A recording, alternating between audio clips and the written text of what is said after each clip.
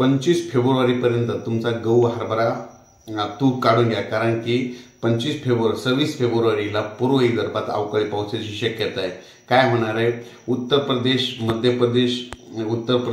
प्रदेश, छत्तीसगड त्या भागामध्ये गारपीट होणार आहे, पण त्याचा असर आपल्या पूर्व विदर्भाच्या शेतकऱ्यांना भोगावं लागणार आहे। म्हणजे मध्य प्रदेशमध्ये देखील जबलपूर त्या भागात गारपीट होणार आहे, म्हणून त्याच्यामुळे काय होणार आहे, आपल्या नागपूर, वर्धा, भंडारा, अचलपूर, अकोट, वरुड, अमरावती, तसेच चंद्रपूर, यवतमाळ, पुसद, हिंगोली, तो पाऊस परभणीपर्यंत थोडा येऊ शकतो, वाशिम बुलढाणा जिल्ह्यापर्यंत येऊ शकतो, म्हणून हा अंदाज लक्षात घ्यायचा।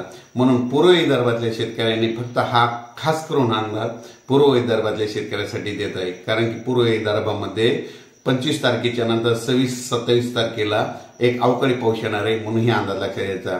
आणि उर्वरित राज्यात परिस्थिती बघितली तर राज्यामध्ये म्हणजे 19 फेब्रुवारीपासून तर 24 तारखेपर्यंत हवामान कोरडं राहणार आहे। 25च्या नंतर उत्तर महाराष्ट्र देखील ढगाळ वातावरण राहणार आहे, त्या भागात काही एवढा पाऊस नाही। त्याच्यानंतर पश्चिम महाराष्ट्रात देखील पावसाचं वातावरण नाही, त्याच्यानंतर मराठवाड्यात देखील पावसाचं वातावरण नाही। फक्त 26, 27, 28ला मात्र मराठवाड्यामध्ये ढगाळ वातावरण राहणार आहे आणि हिंगोलीच्या लगत परभणी भागाकडे थोडं अंशतः पावसाची शक्यता आहे, म्हणून हे अंदाज लक्षात घ्यायचा।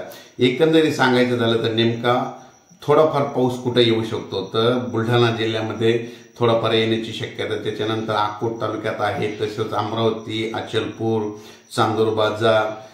चांदूरबाजार, यवतमाळ, पुसद, हिंगोली, वाशिम, नांदेड एक भागात राहू शकतो पाऊस, त्याच्यानं आदिलाबाद, म्हणून हा अंदाज लक्षात घ्यायचा। फक्त खास करून हा अंदाज फक्त पूर्व विदर्भातल्या शेतकऱ्यांसाठी आहे। पूर्व विदर्भातल्या शेतकऱ्यांनी 25 तारखेच्या तुम्ही तुमचा गहू, हरभरा, तूर काढून वाटल्यात झाकून ठेवण्याची तयारी ठेवा, कारण की 26 तारखेपासून राज्यात पूर्व विदर्भात पावसाची शक्यता आहे। हा फक्त पूर्वकल्पना म्हणून अंदाज देत आहे, परत आणखी 2-3 दिवसांना परत सविस्तर अंदाज दिला जाईल। अचानक वातावरणात बदल झाला तर परत एक मेसेज दिला जाईल। धन्यवाद।